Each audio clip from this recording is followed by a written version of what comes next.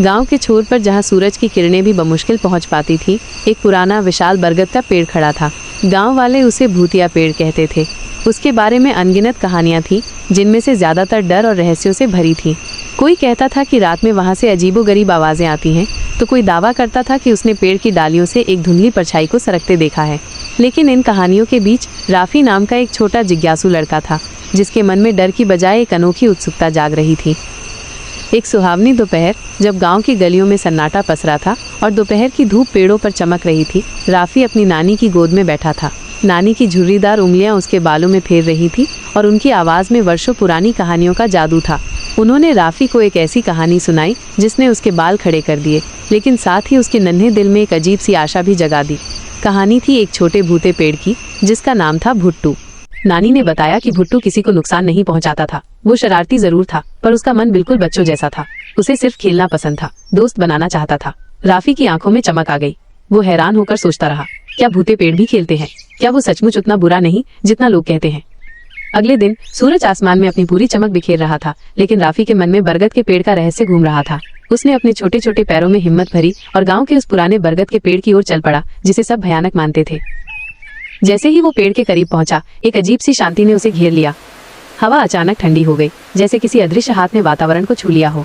पेड़ों के पत्तों में सरसराहट होने लगी और फिर पतले धुएं जैसी एक छाया धीरे धीरे पेड़ के तने से बाहर निकली। वो कोई डरावनी आकृति नहीं थी, बल्कि एक हल्की पारदर्शी परछाई थी। ये भुट्टू था।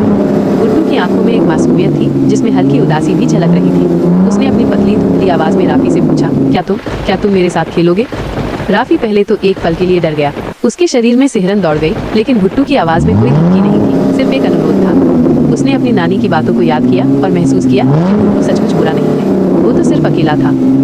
और फिर उस दिन से बरगद के पेड़ के नीचे एक नया अध्याय शुरू हुआ। राफी और भुट्टू ने खेलना शुरू किया। वे लुका छिपी खेलते, जहाँ भुट्टू हवा में गायब हो जाता और फिर अचानक कहीं से प्रकट हो जाता। वे दौड़ते, जहाँ भुट्टू अपनी जादुई शक्तियों से राफी को हवा में थोड़ा सा तैरा देता, जिससे राफी खुशी से झूम उठता। राफी ने कभी इतना मजा नहीं किया था। भुट्टू की हंसी, जो पहले एक धीमी सरसराहट थी, अब और स्पष्ट सुनाई देने लगी थी। वे घंटों खेलते, बिना किसी डर या रोक टोक के। खेलते खेलते अचानक गांव के कुछ और बच्चे भी वहां आ गए। वे बरगद के पेड़ के करीब आने से हमेशा डरते थे। भुट्टू को देखते ही उनकी आंखों में खौफ भर गया और वे चीखते हुए भागने को तैयार थे, लेकिन राफी ने तुरंत उन्हें रोका। उसकी आवाज में आत्मविश्वास था। डरो मत, राफी ने चिल्लाकर कहा। भुट्टू बुरा नहीं है, वो हमारी तरह ही है, बस अकेला महसूस करता है। उसे सिर्फ दोस्त चाहिए। राफी की बात सुनकर बच्चे थोड़ा रुके। उन्होंने राफी और भुट्टू को एक साथ खेलते देखा और धीरे धीरे उनका डर कम होने लगा। एक एक करके बच्चों ने हिम्मत जुटाई और भुट्टू के साथ खेलना शुरू किया। पहले थोड़ी झिझक थी, लेकिन जैसे जैसे भुट्टू ने अपनी मासूमियत दिखाई और अपनी जादुई शक्तियों का इस्तेमाल केवल मनोरंजन के लिए किया, बच्चों का डर पूरी तरह से गायब हो गया। भुट्टू की आंखें खुशी से चमक उठी। उसके चेहरे पर पहली बार एक सच्ची खुली मुस्कान दिखाई दी। उसने भावुक होकर कहा, तुम सब मेरे जीवन के पहले दोस्त हो। मैंने कभी सोचा नहीं था कि मुझे इतने अच्छे दोस्त मिलेंगे।